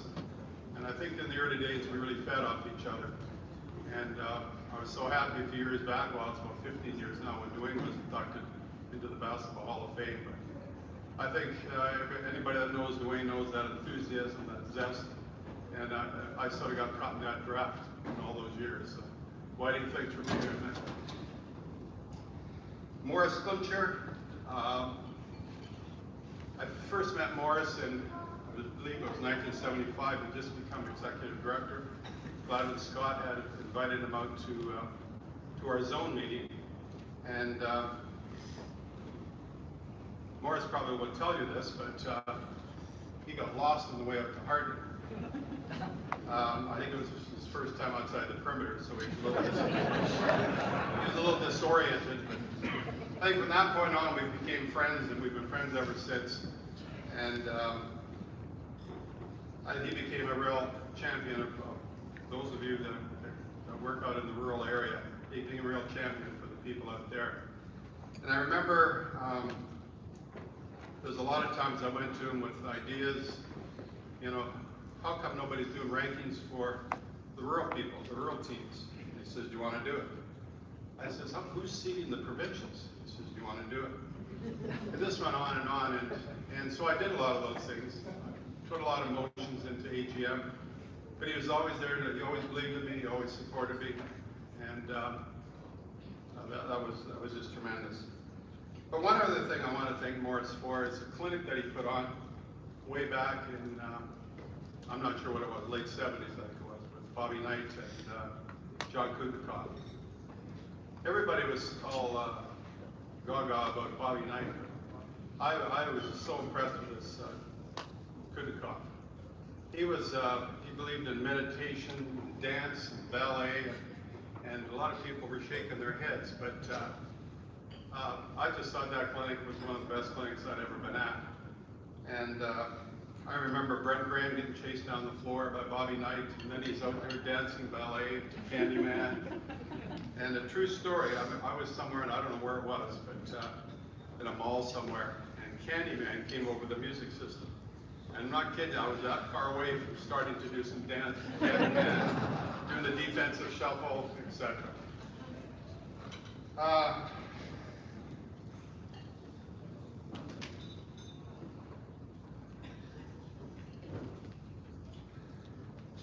Some other people I'd like to thank are Bill and Linda Moody. Bill and Linda have been friends of ours for almost 50 years now. And I want to thank them for playing a big role in for making this evening happen for me. Back in the mid-70s, we needed a basketball coach down at Killarney, so I lobbied like heck to try to get Bill down to Killarney. He really wanted to come, and he came and reffed a lot, and he really enjoyed Killarney. We finally got him down there. He took over the boys program and did a wonderful job. We had a great relationship. He was a great ref, and so we always had a referee problem down there. He started reffing the girls' games along with one of our local guys, so it really helped me out. And I'd ref the boys' games with one of our local guys, so it really worked out well. But in all those years, we got along so well, but there was one flaw in all those years. One time, I coached over 50 teams, and in all those years, I only had one technical foul. You'll never guess who I got it from. Bill Moody. It was a game we were playing Brandon, and one of Brandon teams, and it was one of my players went to take a shot, and she got mugged. The ball dribbled over to the corner, and there was no call. So as he was running by, I said, does she normally shoot like that? He stopped, gave me a technical foul. I was just aghast. So when there was a break in the action, I said, hell, what was that all about? And he says, I don't like anybody talking to me early in the game. And I said, you mean if that was at the end of the game, you wouldn't give me a technical? And he says, yep. I says, well, what about that guy there? He jumped up and down. That was the other coach. Never mind. Anyway, a short while later, he gave the other guy a technical foul. That poor guy didn't know what he got a call for. He's standing there like this, and he's probably giving a speech somewhere at night saying you only have one technical foul his entire career, and with some guy from Killarney that could. But anyway,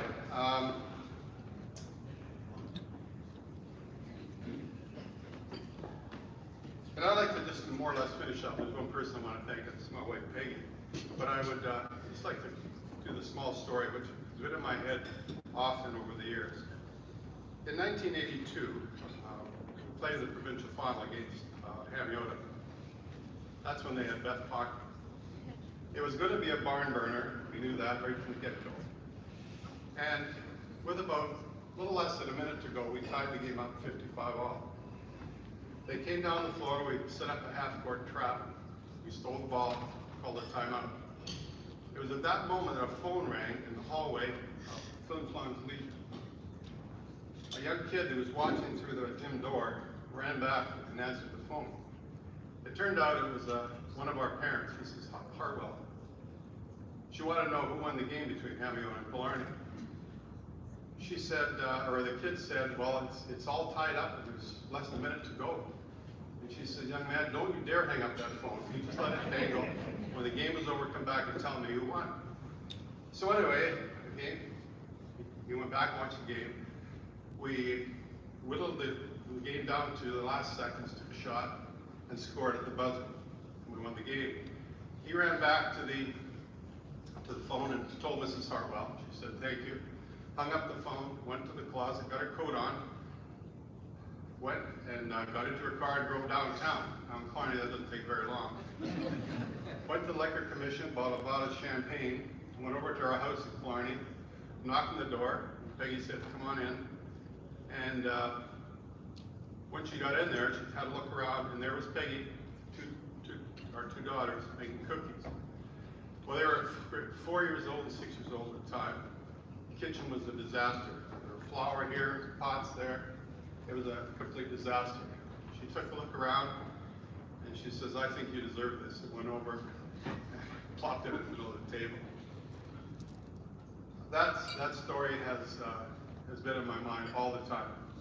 And I want to thank Peggy for sharing all those memories this year, and thank her for being so supportive. I was away an awful lot in these years, and I want to thank her for being there and supporting me all those years. As I mentioned, Peg and I were sitting out on the patio in Mesa, and this was after Ross's phone call. We were there for quite a while, and so I said to Peggy, I said, so what do you think, Peg? What do you think of all this nomination to the Basketball Hall of Fame? And Peg said, well, it's about time. And so we extended happy hour another hour. Anyway, thank you very much, and this is lovely.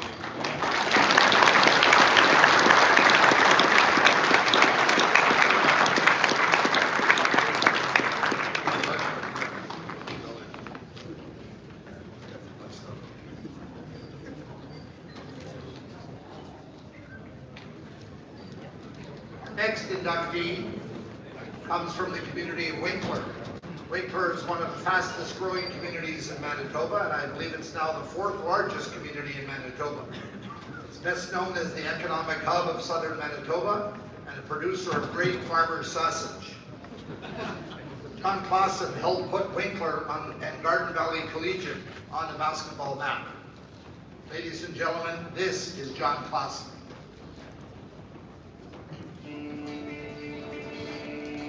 The final game on the sidelines for John Closson almost never was. I went through some health issues, and I didn't even think I could finish the last year of coaching. And I had a team that I thought would go all the way, which we almost did, because I was worried I wouldn't be able to be up to the task to benefit these kids. My Patty looks at me and says, Dad, you've been my coach the whole time. You're not affecting me. And he stormed out of the room. In 2004, Closson guided the Garden Valley Zodiacs to a runner-up finish for the 4A Varsity Boys High School Provincial Championship.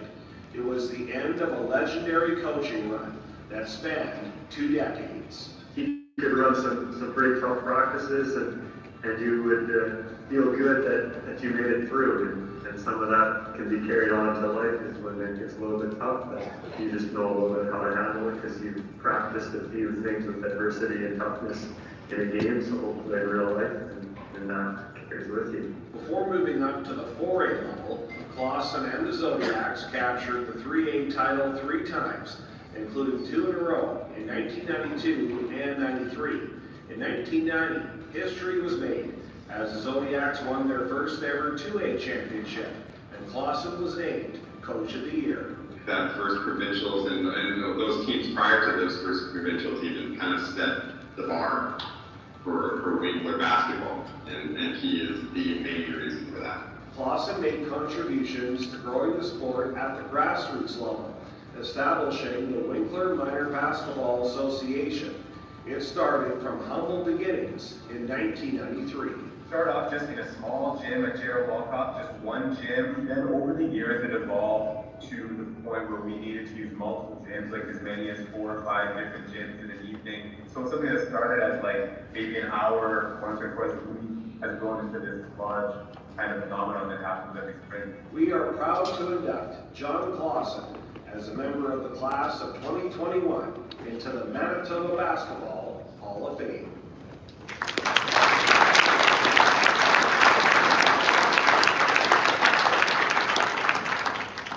I'll just read you one quote that was on the nomination for John Closson.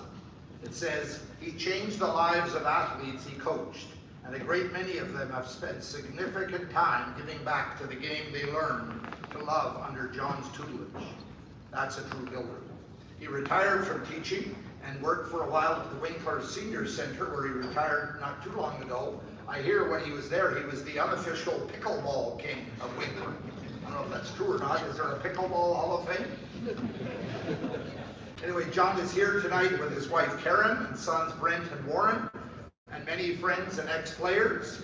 I would now like to call forward Walter Giesbrecht, a good friend and a colleague of John's for many years, to make the presentation to the newest member of our Manitoba Basketball Hall of Fame, John Closson.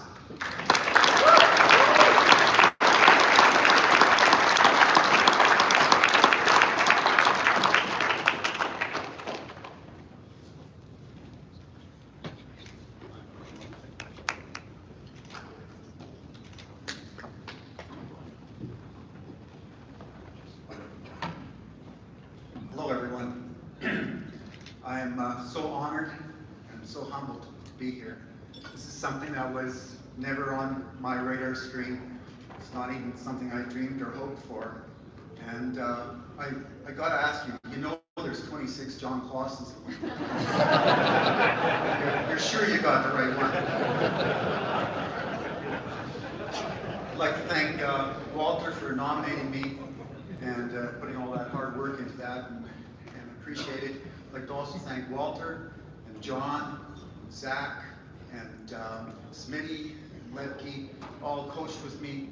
Fantastic coaches, fantastic people, and one heck of a ride. Thanks, guys. I'd like to mostly thank my wife, Karen, and my boys, Brent and Warren. I lived the dream. I look back at what I had for a career, and I couldn't have planned it or hoped for a better life. I lived the dream, but those three, they made all the sacrifices. Karen would haul the kids around from tournament to tournament, and she'd do double duty with taking care of the boys. And the boys, their childhood was in the gymnasium. Come with me to practices and stuff. In fact, it was Warren and Brent that started minor basketball, not me.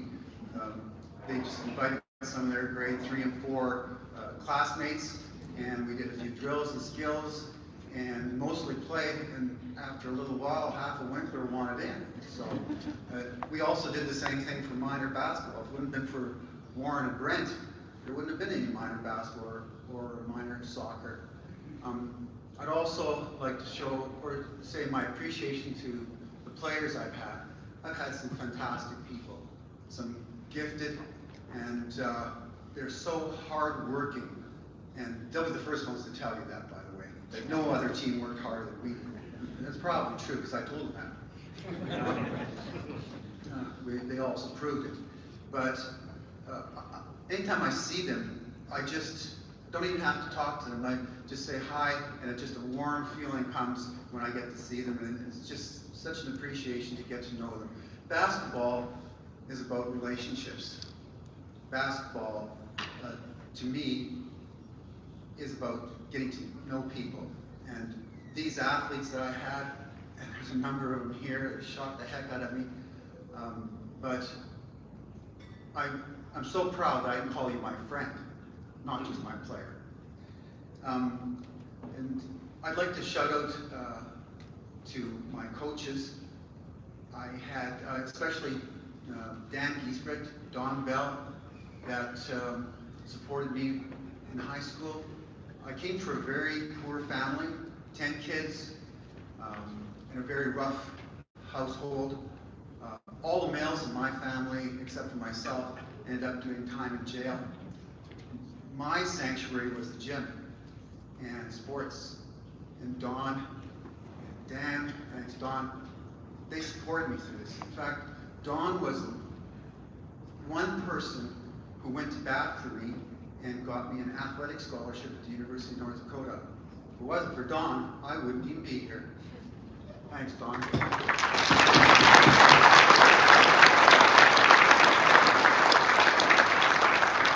I'll leave you a little story with Don, about Don.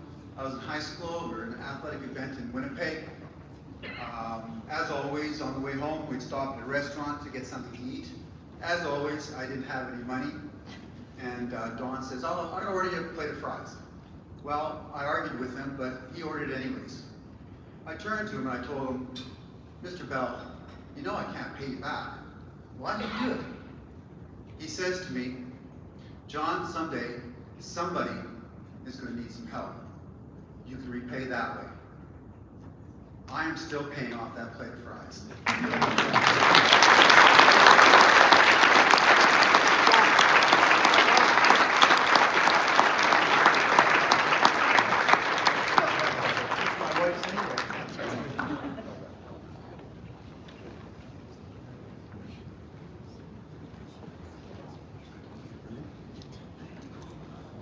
We often hear in sport about what we call coaching trees. It's often a term you hear with NFL football, you know, that a head coach and assistant coaches move on, whatever. But these are coaches who developed under the tutelage of another. I think I'm right in saying that Rodney Cassano may have the largest coaching tree of anyone in Manitoba. He has tutored, assisted, mentored, advised, counseled, and guided more coaches than just about anybody in Manitoba. As they say, he has done it all.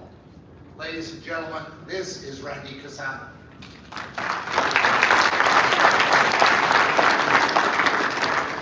Manny Cassano has constantly walked into the winner's circle with a consistent way of handling success. Just be a good person. And then the word respect came in. Respect yourself, teammates, your coaches, the officials, your parents. Cassano became a national university champion in 1976-77 with the Manitoba Bisons, and a lifetime of future riches would follow as a coaching icon. He talks about this, but at the same time he nurtures that to the moments where he needs to, right? And he makes you hear what you want to hear at all times, right? Whether it's the bad or good, you know, and that's what's wonderful about Randy, and you feed off of the energy that he possesses and gives, and the knowledge, right? And that makes you want to play, right? And give you that confidence to play. For over 3 decades, Cassano led the Oak Park Raiders, with his Varsity Boys program capturing 3 full-rank provincial high school titles. In 2007, he was named Manitoba High School's Athletic Association Coach of the Year, and in 2016 was inducted into the MHSAA Hall of Fame. Even before I was there, his status was already legendary. Everyone talks so highly about him, and like their respect is just there already, right? Like we walk into the gym, you gotta listen to this guy. I know there's a lot of coaches that are like that. You talk about Mr. Casano anywhere, everyone knows about him, I think, and what I thought too. Cassano has guided provincial teams to national events and also assisted at his alma mater, where he helped mentor both the men's and women's basketball teams at the U of M. With an already stellar resume, he adds another accolade that is long overdue. Honestly, when I heard that, I thought he's already in the Hall of Fame. They told me that, so he's not in already, because, yeah, he's been around forever and done so many good things in the world of basketball. We are proud to induct Randy Cassano as a member of the class of 2021 into the Manitoba Basketball Hall of Fame.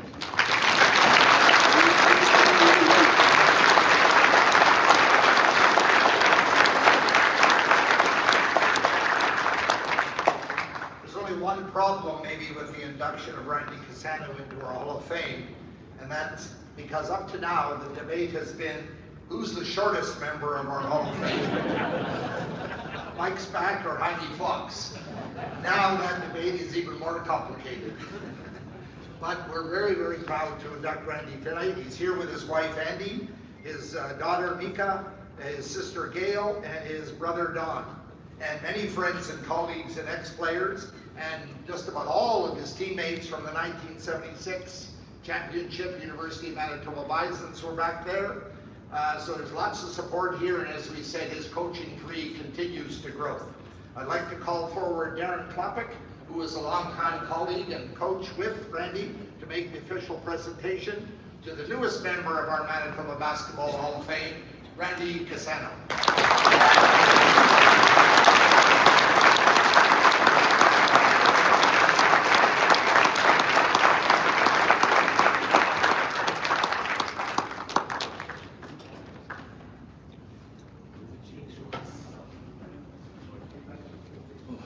Long night. Hang in there for me. Looking back over 50 years of playing and coaching basketball, I had a lot of support along the way. Tonight, I'd like to celebrate and thank many of those individuals. I'm getting a little emotional. It starts with all the wonderful coaches that I've met. Dennis Elfstead and Ron Cosby were the two gentlemen who introduced me to this wonderful game when I was in junior high. I couldn't have asked for two better people to get me started. My good fortune continued into high school. At Glenlawn Collegiate, where I was coached by Dennis Wilson. Dennis Wilson, just to show you how lucky I was, Dennis Wilson and Dennis Elfstead were both inducted into the Basketball Hall of Fame a few years back. And Ron Cosby was my inspiration to become a teacher. Wonderful guys. At the University of Manitoba, I had Don Hunter, Dave Gus, and John Gerben as my coaches for the junior and senior Bisons. After university, I was coached by Jim Bullock Sr. and John Layton. All five of these gentlemen are in the Basketball Hall of Fame as builders or team members. I'd like to thank all of them for being such great coaches and treating me so well. I'm so lucky to have great teammates and managers during all of my career. None more so than the 1976 Bison team and Nicolette Inn. These guys have supported me from my playing days to the time I retired from teaching. I want to thank all of them for their never-ending support. Many of them are here tonight with their wives supporting me once again. Thank you so much. I'd like to thank, there's a group of people from the Winnipeg Pollins team from years back in the 1950s. And the reason why I'm bringing them up is that they provided a league for us to say Winnipeg Junior Men's League back when I graduated from high school. And without that league, a lot of players like me who weren't good enough to move on were able to play for another 3 years. I'd like to thank these people that come to mind: Ralph Watts, Whitey Carlson, Frank Crowley, Ken Kellis, Don Kerr, and Sid Kalinas for providing an opportunity for me. Thank you to Heidi Fox, who got me into coaching. Another Hall of Famer. He was the perfect mentor for me. He was really smart, very, very funny, and most importantly of all, really short. I could talk to Heidi, he was awesome. Thank you. I started teaching in 1976 at a brand new Oak Park High School. My dream was to develop a basketball program comparable to those coached by Bill Wedley, Gary Gruber, Dave Gus, Nick Lepine, and of course Dale Bradshaw. It was hard work, and I worked really hard on my own for a while. And then I made the best basketball decision of my coaching career by convincing a young Darren Klopik to leave John Taylor Collegiate to come coach with me at Oak Park. My most enjoyable coaching experiences were coaching Darren. We had a blast together, and he was a game changer. We coached many teams together, provincial, regional, Canada games, but our pride and joy was the Oak Park Raiders varsity boys basketball. I want to thank all those young men we were fortunate to coach. It's an honor and a privilege to coach all of you guys. I'd also like to thank Murray Brown, who became the varsity girls coach at Oak Park, for all his help and support during my time at Oak Park. After retiring in 2010, I joined the University of Manitoba coaching staff for several years. I want to thank Colleen Dufresne, Michelle Sung, and Kirby Sheff for their support. It really helped me adjust to my retired life. I'd also like to thank Rick Suffield for giving me the opportunity to coach at the university level in previous years. It was greatly appreciated. During the past 7 years, I've continued to coach with basketball in Manitoba as a staff member. I'd like to thank Adam Wedley, Tiffany Peak, and a huge thanks to Dan Beck for all his help. He's been wonderful. Thank you, Dan. I want to thank my family, my parents, my brothers and sisters, who've always been there for me.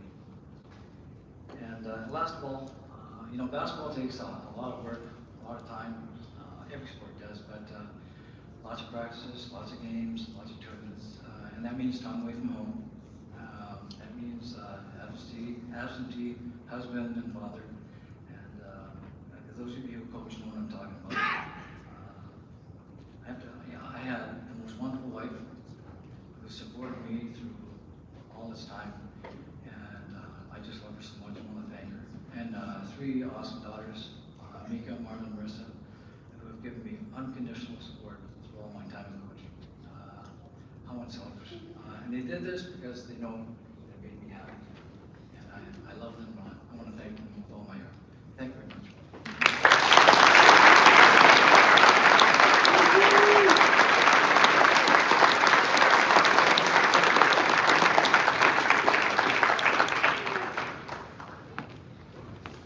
That's it. I'd like to again thank everybody for coming this evening. We have the room till quite late. There's a lot of pictures that can be taken. We'd like to take some pictures of some of the inductees too. The bar will be open again. We hope to be gathering again here in 2024. The winners of the various prizes will be posted. We'd like to thank all of the prize donors that contributed things here tonight. Adam will be putting up the numbers. You can come and claim them where? At the prize table over there. You can bring your ticket to prove that you are actually the winner. Thank you all very much for a great evening, and again, congratulations to all the inductees. Thank you very much.